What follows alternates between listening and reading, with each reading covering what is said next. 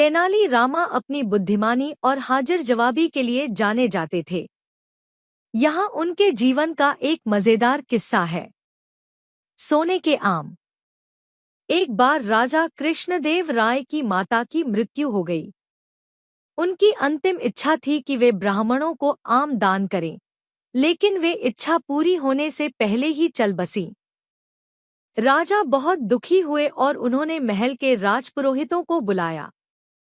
लालची पुरोहितों ने राजा से कहा, महाराज, आपकी माता की आत्मा तभी शांत होगी जब आप उनकी अंतिम इच्छा के बदले ब्राह्मणों को सोने के आम दान करेंगे।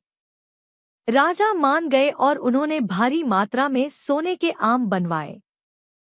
जब तेनाली रामा को इस लालच के बारे में पता चला, तो उन्होंने उन पुरोहितों को सबक सिखाने की ठानी।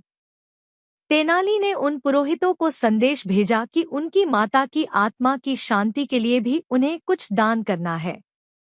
जब पुरोहित तेनाली के घर पहुंचे, तो तेनाली रामा ने एक गर्म लोहे की सलाख उठाई और बोले, मेरी माता को मरते समय जोड़ों का दर्द, गाउट, था और वे चाहती थी कि उनके जोड़ों को गर्म सलाख से दागा जाए।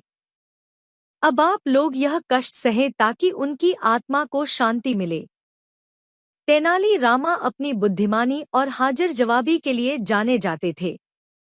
यहाँ उनके जीवन का एक मजेदार किस्सा है।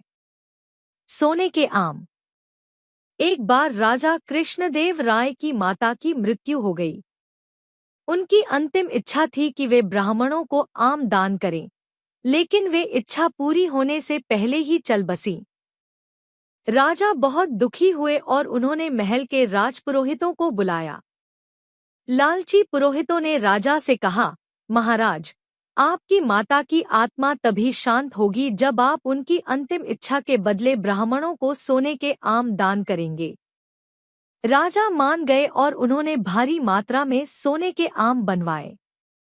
जब तेनाली रामा को इस लालच के बारे में पता चला, तो उन्होंने उन पुरोहितों को सबक सिखाने की ठानी। तेनाली ने उन पुरोहितों को संदेश भेजा कि उनकी माता की आत्मा की शांति के लिए भी उन्हें कुछ दान करना है। जब पुरोहित तेनाली के घर पहुंचे, तो तेनाली रामा ने एक गर्म लोहे की सलाख उठाई और बोले, मेरी माता को मरते समय जोड़ों का दर्द, गाउट, था और वे चाहती थी कि उनके जोड़ों को गर्म सलाख से दागा जाए। अब आप लोग यह कष्ट सहें ताकि उनकी आत्मा को शांति मिले।